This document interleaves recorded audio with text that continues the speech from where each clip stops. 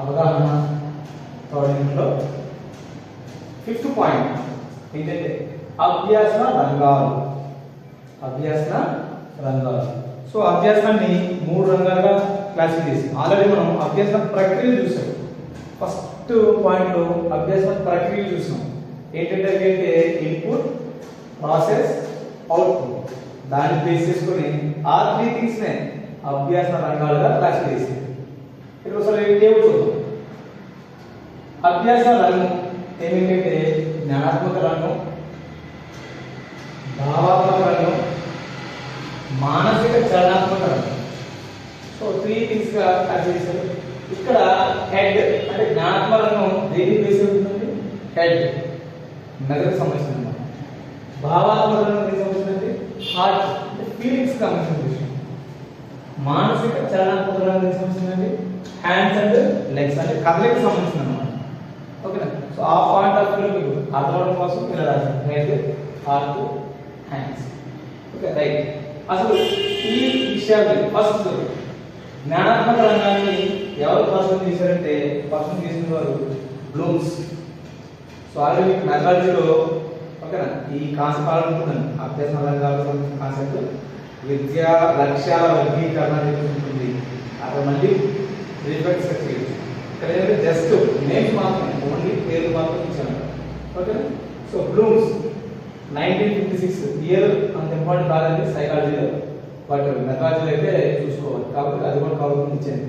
ఓకేనా? బ్లూమ్స్ 1956 సహకరించిన వాళ్ళు అంటే మార్సియా. అంటే ఈయన వర్గీకరణ చేశారు, దానికి హెల్ప్ చేసిన వాళ్ళు ఎవరు అంటే మార్సియా.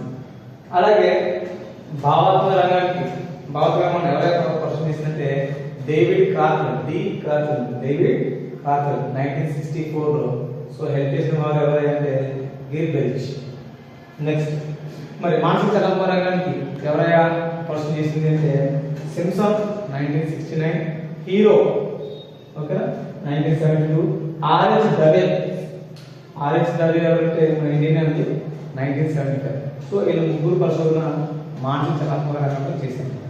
ఇకపోతే ప్రధాన అంశాలు అంటే ప్రవర్తన మార్పులు. ఎటువంటి మార్పులు ఉంటాయి అనేది ఒక ఆటలో తీసుకుంటే ఇక్కడ జ్ఞానం, అవగాహన, వినియోగం, విశ్లేషణ, సంశ్లేషణ, మూల్యాంకనం. అంటే ఇక్కడ జ్ఞానాత్మక రంగంలో జరిగే మార్పులు, ప్రధాన మార్పులు, అభ్యాసన మార్పులు ఎందుకంటే జ్ఞానంతో మొదలైన మూల్యాంకనం వరకు వెళ్తున్నాం. అంటే ఇక్కడ ఉన్నటువంటి ప్రక్రియ ఏంటంటే ఇక్కడ జరిగే ప్రక్రియ ఏంటంటే ఆలోచించడం, గుర్తు తెచ్చుకోవడం, ధారణ, ఓకేనా, విశ్లేషించటం, అవగాహన అంటే గుర్తించటం, భేదాలను గుర్తించటం, సారూప్యతను గుర్తించటం. ఓకేనా?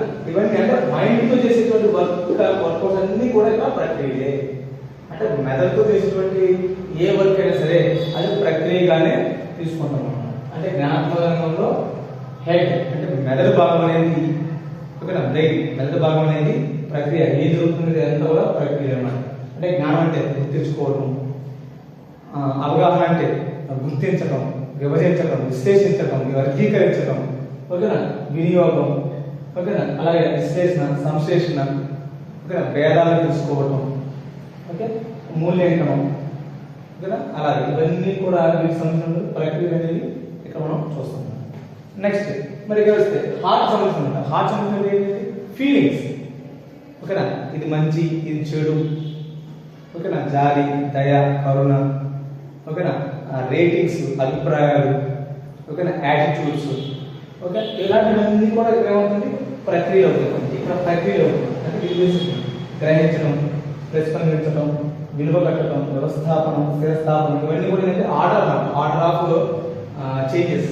అంటే ప్రవర్తన మార్పులకి ఇక్కడ ఆర్డర్ అనిపిస్తుంది. మొదటి, సెకండ్, థర్డ్, ఫోర్త్. అంటే వీటి వల్ల జరిగే ప్రక్రియ చెప్తున్నాం. ప్రక్రియ ఏంటి అంటే మన హార్ట్ సంబంధించిన ప్రక్రియ ఏముంటాయంటే రెస్పాండింగ్, ఓకేనా. సో అందుకని ఈ 5. నెక్స్ట్ ఇక్కడ మానసిక చలనాత్మక రంగం. ఇందులో ఏంటంటే హౌస్ వర్క్ సంబంధించిన అనమాట. హౌస్ వర్క్ అంటే చేసేటువంటి వర్క్కి సంబంధించిన అనమాట. అంటే మన హ్యాండ్స్ లెగ్స్ యూస్ చేసే వర్క్కి సంబంధించింది. అంటే అనుకరణ, ఫాలో అవడం, అనుకరించడం. ఓకేనా? హస్తలాఘవం అంటే హ్యాండ్స్ వర్క్ చేసేటువంటి వర్కౌట్స్, సునిశ్చితం, అలాగే సమన్వయం, ఉచ్చారణ, సహజీకరణ, ఇవన్నీ కూడా ఇటువంటి ప్రధాన అంశాలుగా తీసుకుంటాం, లేదంటే ప్రవర్తన మార్పులుగా తీసుకున్నాం. ఓకేనా? ఏదైనా వర్కౌట్ చేయడం, బైక్ డ్రైవ్ చేయడం, కార్ డ్రైవ్ చేయడం అంటే వర్కౌట్ చేయడం అనమాట. అంటే జ్ఞానాత్మక రంగంలో ఇన్పుట్ పార్ట్, భావాత్మక రంగంలో ప్రాసెసింగ్, చలనాత్మక రంగం అనేది అవుట్పుట్గా మనం ఆల్రెడీ ప్రక్రియ అదే ఇక్కడ అభ్యాస రంగాలుగా జరిగింది. ఒకసారి చూసుకోండి.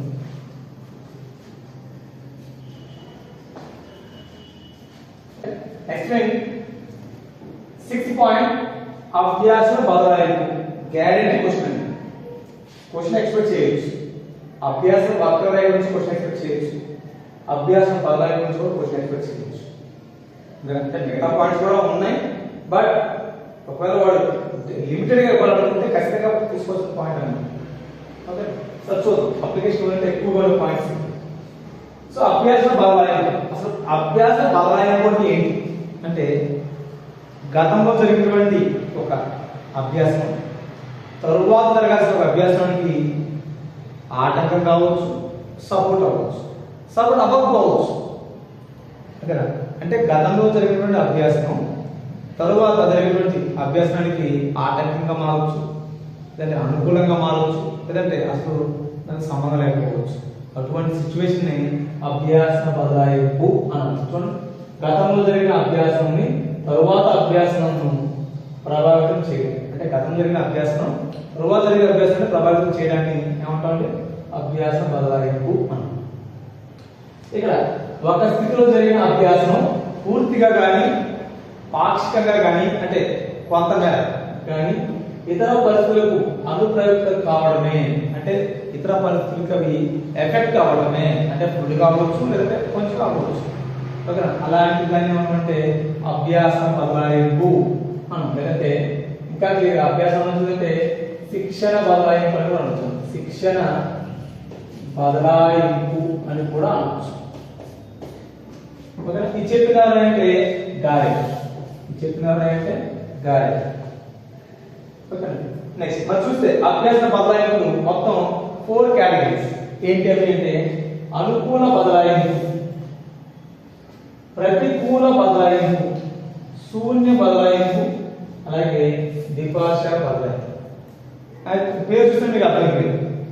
అనుకూల బదలాయింపు అంటే ఒక అభ్యాసం మరో అభ్యాసానికి సపోర్ట్ అవ్వడం. ఫర్ ఎగ్జాంపుల్ కారు నడపడం తెలిసిన వ్యక్తికి ట్రాక్టర్ నడపడంలో ఆ ప్రావీణ్యం సహకరించింది. అంటే కారు నడపడం, ఆ కారు నడిపే ప్రావీణ్యం ఏమైందంటే ట్రాక్టర్ నడపడానికి సహకరించింది. అంటే ఏమైందంటే అనుకూల బదలాయింపు అన్నమాట. అనుకూల బదలాయింపు అంటే సపోర్ట్ అయింది. ఇక్కడ నేర్చుకున్నటువంటి ఒక అభ్యాసం ఇంకో అభ్యాసానికి సపోర్ట్ అయింది. ఓకేనా? హిందీ నేర్చుకున్న వ్యక్తికి సాంస్క్రిట్ కూడా ఈజీ అయిపోయింది. అంటే హిందీ సాంస్క్రిట్ ఒకేలా రాస్తాం, లిటరేచర్ ఆ లిపి ఒకేలా రాస్తాం. కాబట్టి హిందీ బాగా నేర్చుకున్న వ్యక్తికి ఏమైందంటే సాంస్క్రిట్ రాయడం అనేది ఈజీ. అంటే ఇక్కడ హిందీ లెర్నింగ్ అనేది సాంస్క్రిట్ లెర్నింగ్ కి సపోర్ట్ చేసేది. కాబట్టి ఏమవుతుందంటే అనుకూల బదలాయింపు. మరి అలానే ప్రతికూల బదలాయింపు అంటే ఆపోజిట్ పనిచేయాలి, అంటే ఆటంకంగా మారాలి, అంటే ఆటంకం అవ్వాలి, ఆటంకంగా ఉండాలి. ఫర్ ఎగ్జాంపుల్ BUT బట్ అని చదివిన స్టూడెంట్ PUT ని కూడా బట్ అని చదువుతుంది. అంటే ఇక్కడ ఏమైందంటే ఆటంకంగా మారింది. అంటే ఈ లెర్నింగ్ ఇక్కడ ఆటంకంగా కనబడుతుంది. అంటే అదే ట్రాక్ ఉన్నారు బట్ పట్ అనుకున్నారు, నాకు పట్ కాదు పుట్ కదా. అంటే ఆటంకం అంటే ముందు వచ్చినటువంటి సిచ్యువేషన్ తర్వాత సిచ్యువేషన్ కి ఆటంకంగా మారింది.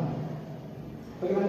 ఎటువంటి శూన్య బదలాయింపు అంటే ముందు నేర్చుకున్నటువంటి అభ్యాసం తర్వాత అభ్యాసానికి సంబంధం లేకపోవడం. అంటే ఫర్ ఎగ్జాంపుల్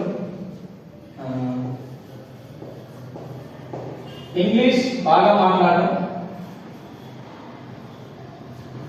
స్విమ్మింగ్ నేర్చుకోవడం, ఈ రెండింటికి సంబంధం ఉందా? లేదు. ఇదేమో ఫిజికల్, ఇదేమో మెంటల్ యాక్టివిటీ, ఇదేమో ఫిజికల్ యాక్టివిటీ, రెండింటికి సంబంధం లేదు. శూన్య బదలాయింపు. ఇంగ్లీష్ నేర్చుకోవడం వల్ల స్విమ్మింగ్ కి ఎటువంటి ఆటంకం కాదు, అనుకూలం కాదు, రెండు ఏది జరుగుతుంది. ఓకేనా? అంటే ఏమవుతుంది? శూన్య బదలాయింపు అంటే ఒకదానికొకటి సంబంధం లేకపోవడం.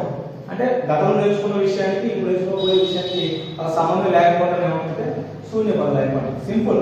సపోర్ట్ చేస్తే అనుకూల బదలాయింపు, సపోర్ట్ చేయకపోతే ప్రతికూల బదలాయింపు. ఈ రెండు ఏది జరగకపోతే శూన్య బదలాయింపు. నెక్స్ట్ 4 ద్విపార్శ బదలాయింపు. ద్విపార్శ ద్వి అంటే రెండు, అంటే రెండు వైపులా.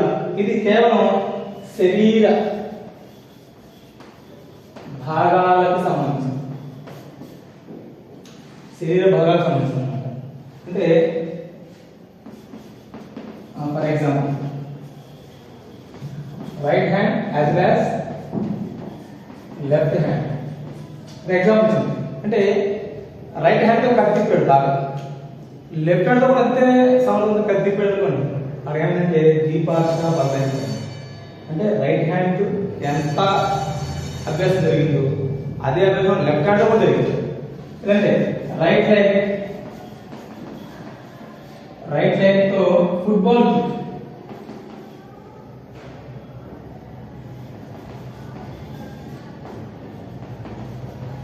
సేమ్ లెఫ్ట్ హ్యాండ్ తో కూడా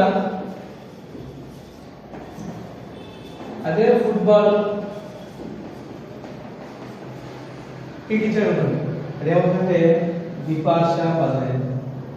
అంటే ఒకే శరీర భాగంలోని ఒకవైపు ఎటువంటి అభ్యాసం జరిగిందో రెండో వైపు అదే అభ్యాసం జరిగింది, ఇక్కడ రెండు ఈక్వల్ గా జరిగింది.